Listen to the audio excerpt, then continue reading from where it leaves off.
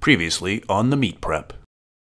Really well. Now, this is actually early in the morning, so before work, and the reason I wanted to do this is, if you're paying attention to the news, the Northeast and New England specifically is supposed to get hit pretty hard with snow. They're saying like 20 to 30 inches here where I am on the coast of Rhode Island. So I don't know what it is, but it seems like the last couple of weeks, every time I have deadlifts or squats, it has snowed here in Rhode Island, and today was no different. Just got done shoveling about 2 or 3 times. A lot of heavy snow, ice, sleet mix, all sorts of bad crap that just fried me out, and that was interesting.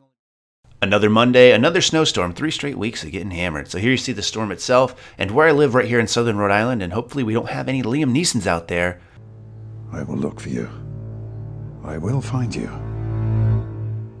And I will kill you. But I actually work in Massachusetts, as you guys know, right in the dark purple area that got hit even harder.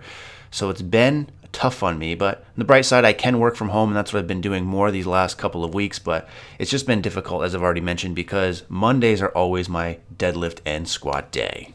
All is not lost, however. We have this chalkboard when you first walk into our house to hang keys, and the Beyonce asked me to draw something for Valentine's Day, so she got a naked baby with a penis-shaped arrow. You're welcome.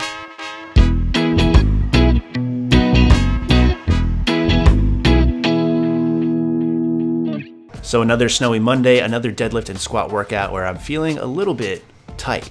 I think I really need to improve my snow shovel form. But that being said, it's a strength training day, so 3 heavy doubles. And the way the training program works is it works off of a training max of 95%. So the program only really called for the heaviest set being 555. But again, knowing how this program works, the strength training days, I allow myself to push the envelope if I feel that it's there. That being said, the first set of 500 went up really smooth, so I decided to go ahead and jump up to 550. And if this didn't go too well, I'd probably scale back my progression a little bit, but if it felt good, I was gonna bump up to 600 because I really wanted to hit 600 for reps. I've been able to hit 585 for a triple, but anything above 585, I've only been able to get singles, including around this time last year when I was working with Dan Green. I was probably at the strongest I've ever been. That's when I hit a 630 PR on deadlift. He had a day programmed where I had 600 worked in for a double, and I only got a single. And back then when I was able to do that, I also weighed roughly 20 pounds heavier than I do now. So this would be huge for me. So here is 600 on the bar. The first one was a little tough. The second one actually felt a little bit better. So much so in fact that I was like, you know what? Fuck that. I'm gonna go for a triple. I feel it might be there. And boy, this was a grinder. Got that little bit of that stanky leg, but it did go up. So I was really pleased with this. 600 for a triple, a new PR for me. Now, just as a throwback, here is the set of 600 that was supposed to be for a double last year, working with Dan, again at a body weight of just over 240. And the first one was very, very, very slow. So slow, in fact, that I was like, you know what? Fuck that, I am done. So pretty happy about that. I then moved on to my main accessory movement for the day, which was deficits. This is roughly a 1 to a 1.5 inch, just standing on these 45-pound plates. 4 sets of 5 at 405. So I kept the weight static here. That last rep of 600 really took a lot out of me, so I was pretty fried the rest of the workout. And I gotta tell you, after all of those heavy deadlifts, those sets of 405 for deficits actually felt really good and really light, so I was pleasantly surprised with that. Then moved on to 5 sets of 3 on back squats, with the heavy sets being at 405. Wanted to grab a side angle view here just to really get some look at the form. So I'm alright with my depth here. It's not as deep as it's been, but again, I was pretty beat from those previous deadlift sets, but I was pretty happy with how my ankles were staying on the floor just a little bit better. So still some room for improvement, but I think I'm getting better here at using these flat-soled shoes.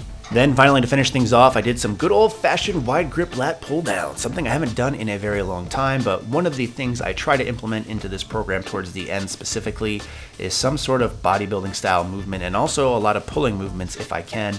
So I ended up doing 3 sets of 12 with just 150 pounds. Again, nothing spectacular on the weight, but I figured I'd throw in some of this bodybuilding volume type work just so I can actually look like I lift in some instances, at least in my upper body.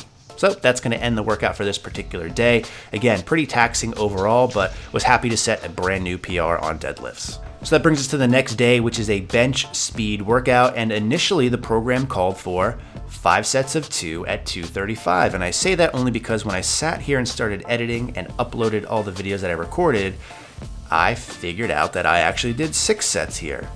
So 6 sets of 2 at 235. I'm trying to really control my descent here and get a good long pause at the bottom.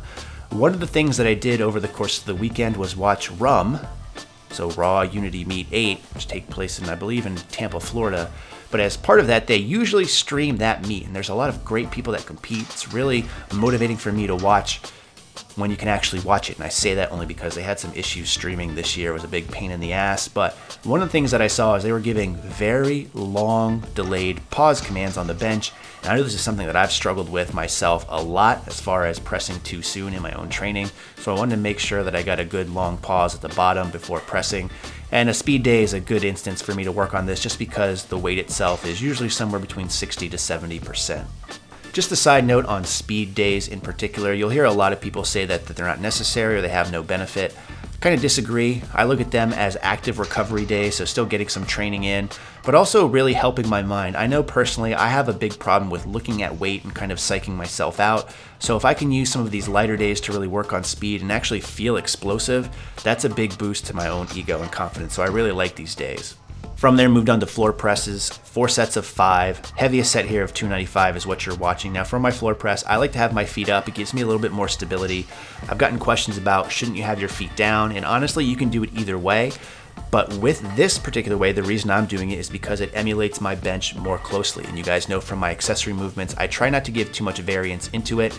And since I don't bench with my feet up in the air, I want to make sure I have my feet planted and can really get on my traps and make sure I use my chest to press through. So either way is really right, just depending on what you want to work on. From there, 3 sets of 12 for incline dumbbell press, used 100s for each one. You're seeing the first set, and this went pretty well. But literally by the 3rd set and the 12th rep, I was struggling. This was tough. My chest had seen a lot of action on this particular day. In this shot, you also get to fully appreciate or see how much of an idiot I am with this color combo that I have on, this gray and blue all over the place. From there, as I said, like to end with some kind of bodybuilding style movement. So we did some tricep extensions, 4 sets of 12 with I think 100 pounds. Don't really care about the weight here because depending on where you train, I find the resistance really differs despite the fact that the movements are very similar. You also see some elbow sway here, but again, it's nothing I'm really overly concerned with because I feel it in my tricep. So there you go. That's the workout from the last 2 days. Thanks for watching. And as always, stay big.